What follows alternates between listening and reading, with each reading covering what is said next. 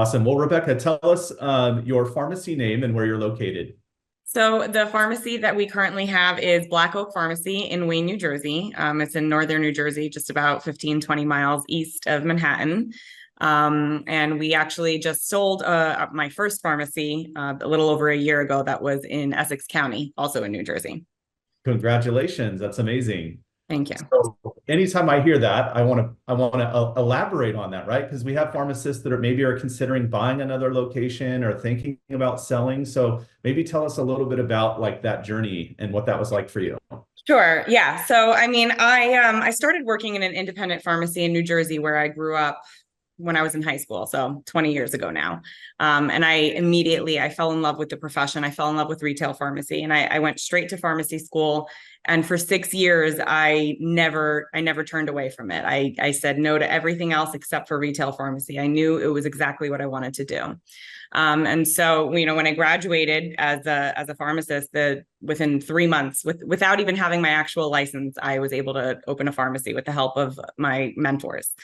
So we opened a pharmacy, and it was 10 years that, last year, right around when I sold it, when I had to make the difficult choice to sell it. But, being right out of pharmacy school, I made a lot of difficult choices, and hindsight, wrong choices. We went a little bit too big. We focused a little bit too much on retail. So we were a very traditional, we still are a very traditional retail storefront pharmacy. Okay, very good. So that was a few years ago. How has the business, the new pharmacy, grown, and what's been your focal point for creating more growth and innovation for this pharmacy? Yeah, so 6 years ago, we opened the second pharmacy, and we at that point already knew that there was a lot of changes going on in the pharmacy world, and we wanted to be a lot smaller of a size. We wanted to have a lot lower overhead, a lot smaller payroll. And so that's why we made the choice to open a second pharmacy. And we wanted, at that point, our plan was to open maybe a third and a fourth and kind of keep following suit. But so now it's been great. I mean, I can't, up until very recently, it's been cruise control, really. We were able to have a following, believe it or not, from when I was in high school. We had a following of people come to the store in Wayne. And we grew literally overnight in Wayne, in our second location. And just back to the work-life balance, it was a lot having two stores, and I was a very hands-on owner. So it was a little bit too much. I had to make a choice whether I needed to bring a partner in, and kind of be able to grow both simultaneously, or if I wanted to sell. And so I made the choice to sell that one and kind of go all in on this one. I love it. Yeah. So what is your focus for this year? And are there any areas of specialty you're going into? Or are you kind of staying on the retail side? Tell us a little bit more about what the vision looks like for this year. So we're definitely focusing on redirecting. So retail pharmacy is my passion. And if I could do it all day, every day, I would. But unfortunately, it's just not as profitable as it used to be, very transparently speaking. We've had a lot of different hurdles in the last couple of years, and it's been super disheartening to see what's going on, with insurance companies and reimbursements. And so we are going to redirect our focus into a little bit of compounding. Definitely, we want to do some specialty. So we kind of just want to redirect this year. That's like our biggest focus, is to just kind of reconvene and see what we can do with what we have, to use it as a stepping stone to then move forward. And that's the reality of life, right? Things happen, and you get presented with challenges, and you have to decide at that point what you're going to do if you're at a fork in the road. And so it's all good things. Yeah. I think, Amit, you can attest to this. Almost every pharmacist right now is feeling that redirection with the insurance and the reimbursements. And so I'd love for you to speak on that. Yeah, thank you. Nice to meet you, Rebecca. Nice I've had a retail pharmacy for 25 years, so I bleed retail pharmacy like there's no tomorrow. Of course, there's challenges that come about. We try to bring it back to the patients, right? The patient connections, which is, I personally believe, is everything. That's kind of why I'm still there, is connecting to those patients. But I'd love to hear from you. Tell us some things that you love about retail pharmacy. What is it about retail that you love? Yeah, I mean, I think that in 20 years of doing this, the last 10 or 11 years full time, I don't think any 2 days have ever been the same. I can write a book, maybe two, on the stories, and they're 95% are wonderful stories and the connections I make with people. And I mean, patients who have really truly become friends and family over time. It's really, there's nothing like it. And I have a true passion for it. And it's really invigorating, and seeing people month after month or every 3 months or even just talking to them on the phone, it's really brings me joy. And you know, you have to have a lot of patience sometimes, so it's not for everybody, but I guess, you know, it's one of the assets or bad things, but it's definitely something that I was born with. I do have a lot of patience, and I love dealing with the geriatric population.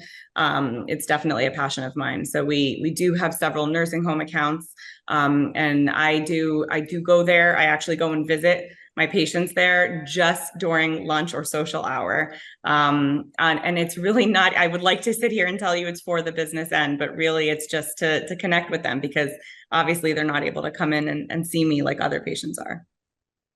And That's I feel amazing. like also, Rebecca, they're there because of that reason. That's why they follow you, because they know that. They see that, and you may not hear it.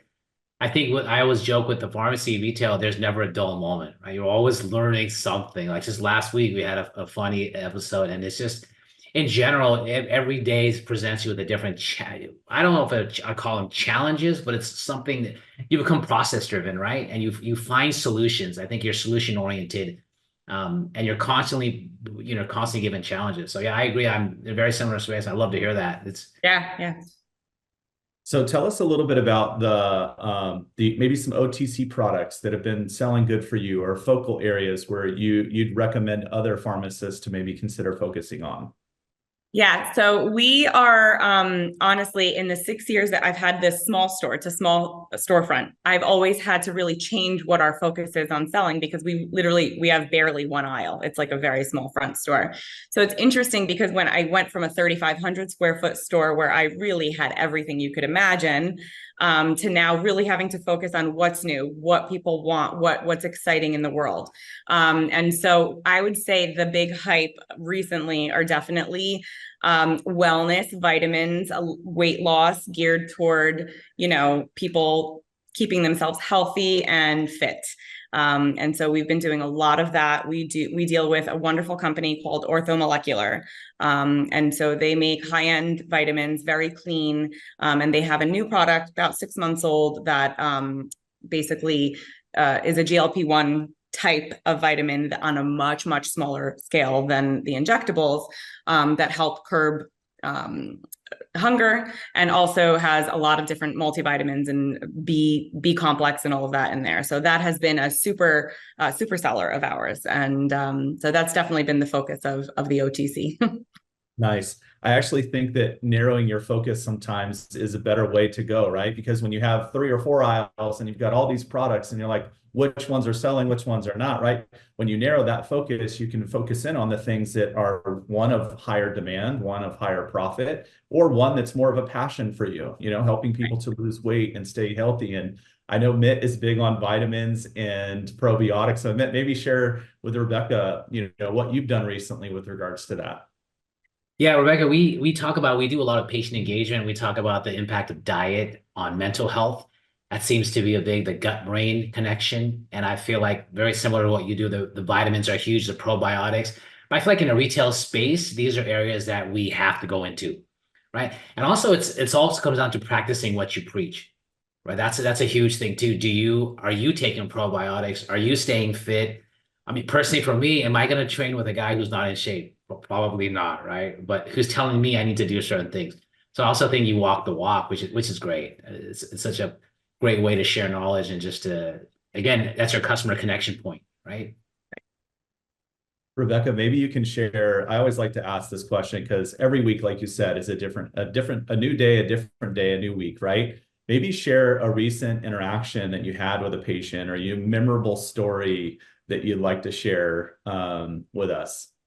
Yeah, I mean, recently, I would say as yesterday, I had an interaction with a patient who She called me in the morning. She has new insurance for this year, very common, issues that we come in January and February. She has new insurance and she has a high deductible. So she was picking up a prescription for an inhaler for her daughter. And the prescription copay came back at like $275. So she was quite literally in tears at the register. And, we were talking about it. I said, explain to me what your situation is with this deductible. What are the chances you're going to actually meet your deductible? Talk to me about the situation. What is this inhaler being used for? Maybe there are different inhalers like it that we can redirect the doctor to maybe save you some money. So we got to talking and she was basically like, this is a deductible I'll never meet. And I said, well, you know what? Let me see how much this inhaler would cost you without insurance. And obviously, we looked and it was $130. In essence, she saved $145 by going off of her insurance. I mean, she was so grateful. The next day, which was this morning, she brought us donuts. So, and just that connection there and just the gratitude, it was so heartwarming. And she was just so thankful. And she said she would have never gotten that information anywhere. Nobody would have offered that up to her. And unfortunately, as wonderful as the physicians are and the prescribers, it's very difficult for them to keep up with these things. They don't know it. So the only barrier between the prescriber and the patient is us as pharmacists, there to protect and help in situations. I mean, that situation could have gone many different ways depending on her answer. Had she been somebody who had a lower deductible and probably expected to meet her deductible within the next few months, I may not have suggested to go off of her insurance. Had it been a different situation, had the disease state not been as as severe as she was explaining it in her child, maybe I would have said, maybe we can switch to a nebulizer where the nebulizer solutions are a bit cheaper. But in this situation, this is the direction where I thought it was best for her. And she was super grateful. So it's always heartwarming to feel. Absolutely. I love hearing it when your patients bring in like donuts or gifts. It's like, it's not something you expect, but it's something that's so rewarding because you've impacted, you've impacted their lives and you touch them in ways that they feel a better connection. And that's one of the things that we always like to highlight on this podcast is the difference between the big box retail chains and independent pharmacy. So you get to make that personal connection. You get to have a little bit more one-on-one time with your patients. Amit, so did you have any further questions? I've got a few more for Rebecca, but I want to kind of kick the ball back over in your court. Yeah, no, I love to hear this. Like, this is something that we work on constantly. I'd love to ask you, it's obviously a very competitive space, retail pharmacy in general. Just maybe you want to share with the audience a little bit, how do you stay competitive in your space?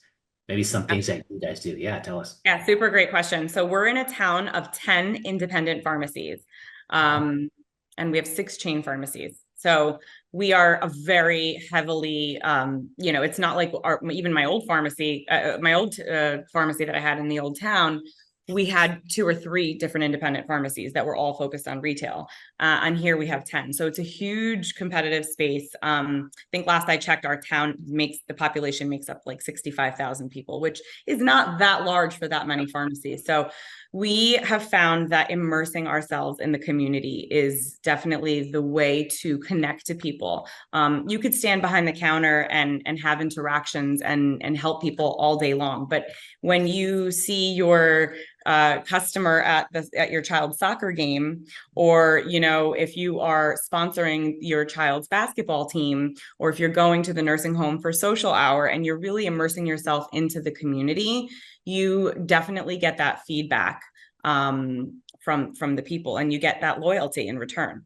And so especially when things are ever changing in pharmacy, whether it be, maybe a patient's insurance is going to say, hey, it might be cheaper for you to go to a big box store or go mail order. Well, then you have that loyalty, that friendship there, that is your core, that people feel like, hey, you know what, it is worth it to go to Becky's pharmacy. Not only am I supporting her and her business, but I'm also getting wonderful care, 24-hour access to her because I have her cell phone number. And so people truly feel that. And I do believe that is the best way to really stay competitive in the independent pharmacy world.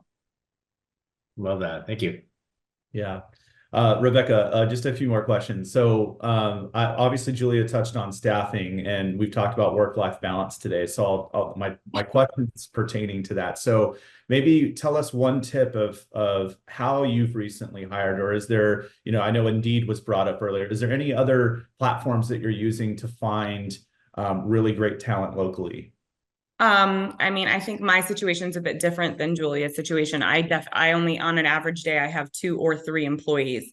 So I have used the community and word of mouth pretty much for all of my hires. I have tried, not to say that it's for a lack of trying. I have tried to use Indeed, and I believe there's another big website that I'm drawing a blank on the name of, but I have tried. And a lot of times, unfortunately, I think those are just like computerized and they spit out resumes of a lot of times either the people are just not even qualified or they're not really interested. And I haven't had luck. So I've had the best luck with just word of mouth and, giving tip-offs, whether it's on Facebook, local Facebook sites, or just, telling people or putting a note up in the storefront for us. That's been great. I have had a few employees that have been with me, whether it was my previous pharmacy or even before that, for over 13 years at this point. So I have had some loyal employees, and I credit that to the environment that we create, and the always being fair, right? I mean, not every year is a great year in retail pharmacy, but when we are presented with opportunities like we were in 2020 and 2021 with COVID and COVID testing, my techs kind of reaped those benefits the same way as ownership did. So just because ownership was doing well didn't mean that my techs were going to continue to make whatever their hourly salary was. They were receiving bonuses. They were receiving benefits proportionally based on how well we were doing. And on the flip side, when we don't have great years, we will take a cut before we harm anybody else's pay. So I think putting them first and making them feel valuable is really the only way in this competitive hiring market to stay afloat. Yeah. Beautiful words of wisdom. Thank you for joining us today and sharing more about your pharmacy. Thank you again, Rebecca, so much for joining us, and hope you all have a wonderful rest of your day, and we'll talk soon.